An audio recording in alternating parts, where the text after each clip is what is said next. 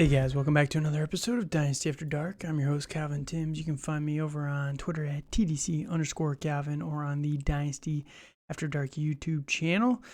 Thank you guys for joining me today, and this is going to be the last, fixing the franchise I'm doing before the NFL draft. This week we did our wide receiver rankings. I did my Jameson Williams rant video. Hope you guys like that one. And then today I'm going to be fixing the Houston Texans. We are 1 week away from the NFL draft, and I'm super excited. I cannot wait for that. But until we get there, we're just plugging away, just waiting until it finally gets here. So today I wanted to talk about the Houston Texans because, again, this is my last non-NFL, fantasy football related podcast I'll probably do for the rest of the offseason. It's the last time I get to talk about the draft and how I would fix a franchise because Houston Texans, man, they've been in shambles ever since Bill O'Brien traded away DeAndre Hopkins. And it's not been a good time to be a Texans fan for about 3 years now. They were saddled with the Deshaun Watson ordeal. They had no money after DeAndre Hopkins, and it was just a very rough situation. And the roster has only gotten worse and worse. So today I'm going to talk about where the draft would go, in my opinion, what I would be doing with these draft picks, and some of the, long-term aspects of these players and give some reasoning why. So I've been talking about this for weeks now, months even, that the Houston Texans should not take a quarterback at number 2 overall.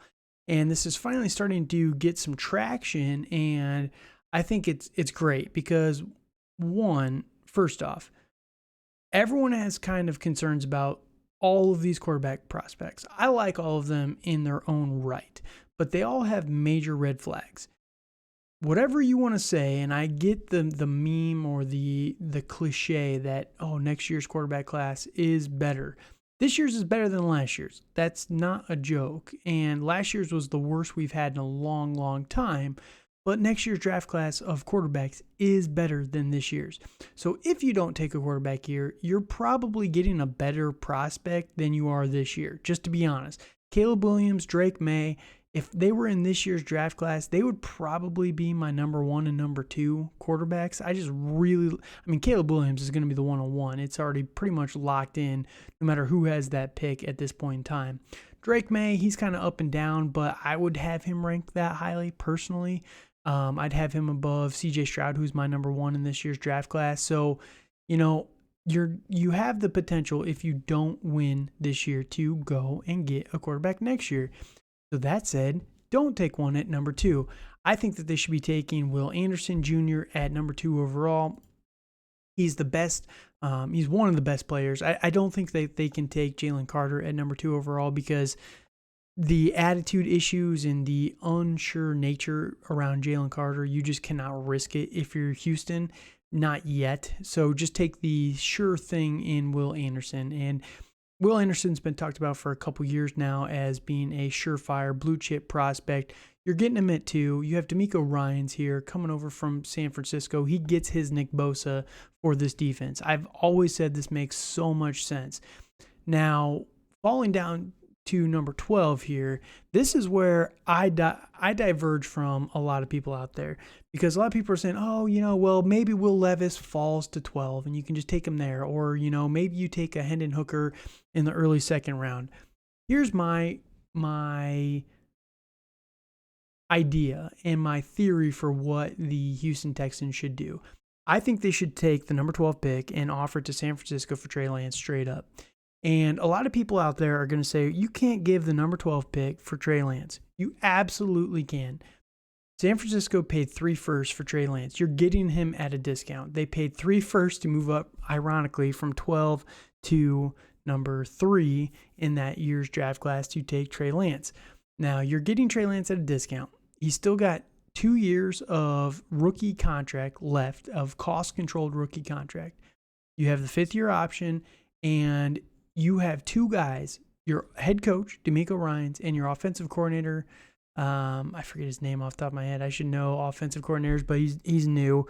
I apologize for not looking that up before the podcast. But They are both from the San Francisco 49ers. They've been around Trey Lance this entire time. The Niners just have not signaled at all that they want to roll with Trey Lance. They do not believe in Trey Lance as their future. Nothing they've done has just put their faith behind him as a starter long term. And I get it. I really do. Trey Lance is in a terrible situation. I've done multiple videos about this all offseason. The Niners need to win. Trey Lance needs to play, to develop, and just get game time on the field. The Houston Texans are a team that you can go where if you're Trey Lance and you can develop on the field. You have no rush to be amazing in year one. Again, if he's really bad, if he is what people are afraid he could be, a bust, right? You're still in the running for a Drake May or a Caleb Williams next year. And there's plenty of other quarterbacks in next year's draft class to be excited about as well. So it's not detrimental. You have an extra second or an extra first round pick. I think Trey Lance is way better than someone like a Will Levis. Just no chance that he's not better than Will Levis. I will stake my whole reputation on that he's going to be better than Will Levis. Go give the number 12 pick for Trey Lance and just get it done. So that's what I would do if it was me. That gives you your Nick Bosa for this team and your quarterback at 12. Now, you got Trey Lance and you got Will Anderson. The next pick that they have in 33 is, I would be going a tackle like DeJuan Jones at this position. And when you look at the depth chart, the tackles are an interesting bunch here. They just signed Laramie Tunsil to a long-term contract. They have Kenyon Green, who they drafted last year in the first round, I think around 14, 13, somewhere in that range as well. They need a center, but you're not going to take a center this highly in this year's draft class. And then the right side of their offensive line is a little rough. Shaq Mason and Titus Howard are the right guard and right tackle, respectively, there. Titus Howard's not been good for football at all. DeJuan Jones is a monster of a player. DeJuan Jones, he's 6'8", 374 pounds, played right tackle for Ohio State, and he would be a great addition. And, a lot of people are saying, oh, well, he's probably going to go in the first round. Every single year, tackles and offensive linemen fall further than they should because people love to neglect it. Oh, we can just get another guy later on. That guy never works out. So people always just neglect the offensive line. So I'm very confident that DeJuan Jones will be there at 33 overall. Now, you are looking at this more long-term. You can kind of sit him a little bit behind Titus Howard and maybe work him into the rotation this year. If Shaq Mason isn't improved because he wasn't the greatest his last year in Tampa Bay, you can always throw Titus Howard in at guard as well. You could throw DeJuan Jones in at guard, but he's a little bit bigger, so it might be a little bit tougher there. But all of a sudden, you've got 4/5 of an offensive line that are just out of the world tough, right? 3.5, we'll say, with right guard being a little bit of a question mark and center being a definite need. Now, this is just going to be perfect to build around Trey Lance. You still need offensive weapons. You have Dameon Pierce and Devin Singletary as your running backs. Your wide receivers are a little rough. I'm not going to lie there. And that's where we're going to fix that in the third round. With the third pick that we have here, 65 overall, I would be targeting someone like Cedric Tillman if he's there. I don't think he's actually going to be there in the third round. I think his draft profile is rising too high at this point in time. So I'm targeting someone like a Marvin Mims. Marvin Mims is small, don't get me wrong, but he is a burner, first off, and he's just a really, really good wide receiver. And I think that people are sleeping on him a little bit too much just because he is a little bit smaller. But honestly, when I watch Marvin Mims play, I think of Deebo Samuel. Not quite, not exactly. Him and Parker Washington are the two wide receivers that remind me the most of Deebo Samuel in this year's draft class. And again, you got two guys from the Niners who've seen Deebo up close and personal. And I think that they would love to make Marvin Mims Jr. work in this offense.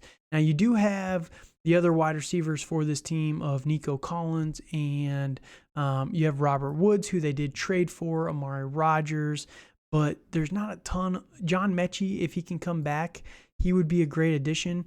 I mean, Nico Collins is a big body guy, so it's not like they have just a bunch of small guys. Nico Collins is a great number 2, I think, but he cannot be a number 1. John Mechie, he's fighting leukemia. It's unknown whether or not he's even going to come back, and if he's going to come back, if he's going to be healthy, but he's a bigger guy too, 5'11", 187, kind of a little bit of a burner guy there.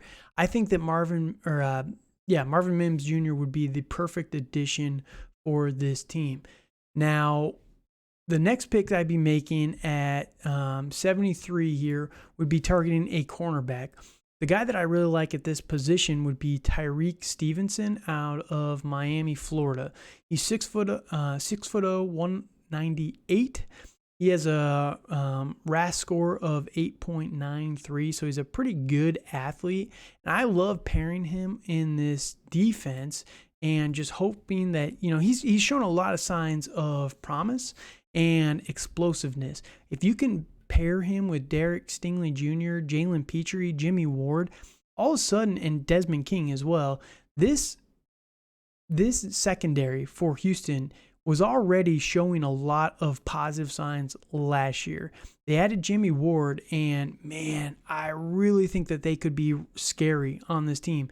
You get one more cornerback in this group that has a little bit of pop and explosion, that could be a deadly combination. And, with D'Amico Ryans, you build up the defense. This defense is not hurting as bad as a lot of people are saying.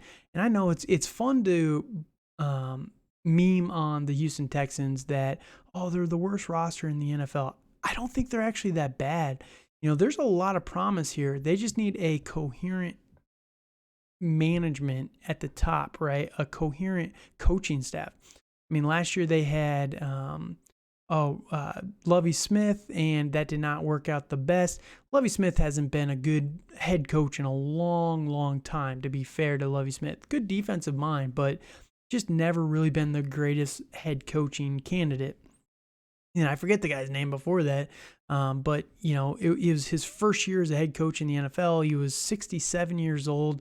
He was kind of a failed head coach anyway, so it's just, it's not a great situation. They just need a stable leadership for this team, and I think this team has a lot of potential there.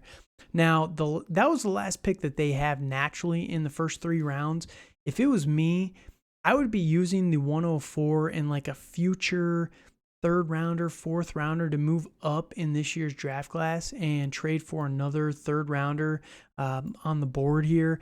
And the guy that I'd be trying to target, around 75 to 80, trying to move up there, would be Sam Laporta out of Iowa, tight end prospect here, because you did sign Dalton Schultz to a 1-year deal. It's not a great contract, first off. I think it was like 1 year, $8 million guaranteed or something like that, with a lot of incentives, and it just was not a great situation there.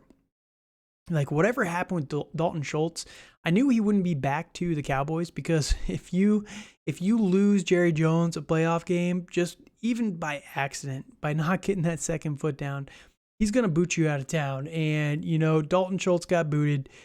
I still think he's a good player, but, the contract that he got says that the Texans don't really believe in him as a centerpiece for this offense. Now, he could be really good for this team, don't get me wrong.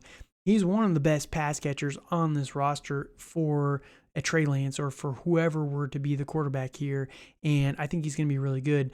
Add Sam Laporta, who, Iowa, George Kittle, again, do I need to make all the references here? A lot of people have compared Sam Laporta to George Kittle. That is one of the comps I've heard for him in the NFL. You got 2 guys from San Francisco here. They would love Sam Laporta. Sam Laporta plays like George Kittle. He does. It's a fair comp. He's a very good blocker, and, he's a go-getter when he gets the ball in his hands. So get that, solidify your long-term at tight end. You can use Dalton Schultz on the contract this year and hopefully develop Sam Laporta behind him that he would be able to take over in year 2. And you're just thinking long-term here a little bit, but you're solidifying it. All of a sudden, you have a good offensive line. You have a quarterback. You have good running backs, not elite guys, but solid. You need you need a receiver still pretty badly. I don't think Marvin Mims alone fixes this receiver room, but Robert Woods, if he still has anything left in the tank, him, Nico Collins, and Marvin Mims, they would be good enough, again, with Dalton Schultz and these two running backs to be a competitive group of guys. I'm not saying that they're going to fix this offense alone, but maybe if you're good enough this year, next year you can be in the running for a Marvin Harrison Jr., for example, and that's how you can fix this offense and put the final stamp on this team. You don't necessarily have to fix it all in one single season, right? Then on the defensive side of the ball, again, this secondary is nasty. You add one explosive player like Tyreek Stevenson, and I think it could be very deadly there. And then you had a Will Anderson up front, and oh baby, it is just, you're cooking with some gas. Jerry Hughes, not the best player, but he's, he was solid. He's a very solid player. Sheldon Rankins, Malik Collins, Jonathan Grenard. It's a good defensive line. They could use a few more pieces. I'm not saying that this is going to fix everything. I'm only going through the first 3 rounds here with the draft picks on what I would do with these. But you still have a ton of late round picks. You've got 161, 188, 201, 203, 230, 259. At this point in time, I'd be shooting for, some of those linebacker prospects, some of those developmental guys, and just letting them sit on the bottom of this roster and seeing what you can get out of those late round guys. Or I'd be trying to flip those picks for future picks. I mean, having 12 draft picks in a single year is a ton. And this is a good draft class. Don't let anybody fool you there. So I think that there's a lot of potential for the Houston Texans. I think that they are just a few players away, honestly. And they just need a competitive and coherent coaching staff at the top that will bring out the best in these players. And I think DeMeco Ryans and Bobby Slovic, that's the actual name of the OC, I remember it now finally, I think these two guys have a lot of potential. They've learned under Kyle Shanahan.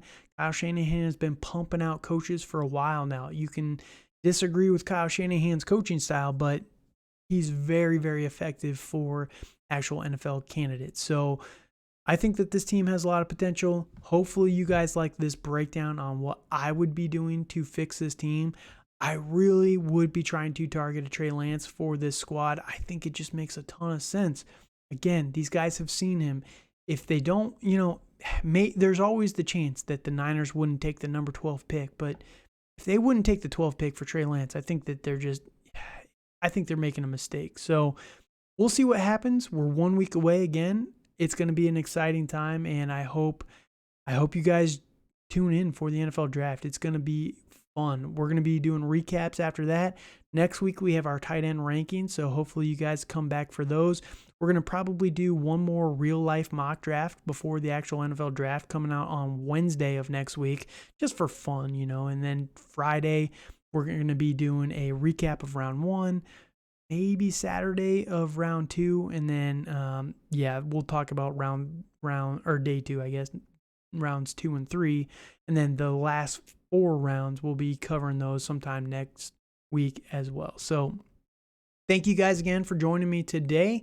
Hopefully you liked what I would do with the Houston Texans to get them back on track. Let me know down in the comments on YouTube, or hit me up on Twitter at TDC_Calvin. While you're there, while you're listening to the video on YouTube, if you can, leave a like, comment, subscription. We're trying to grow the YouTube channel here. And tell the podcast to one of your friends. Share this with them. It has nothing to do with fantasy football. Just tell them, hey, this is what this guy would do. What do you think about this? Just trying to grow the podcast, guys. So thank you guys for joining us. I appreciate you guys all, and have a good night.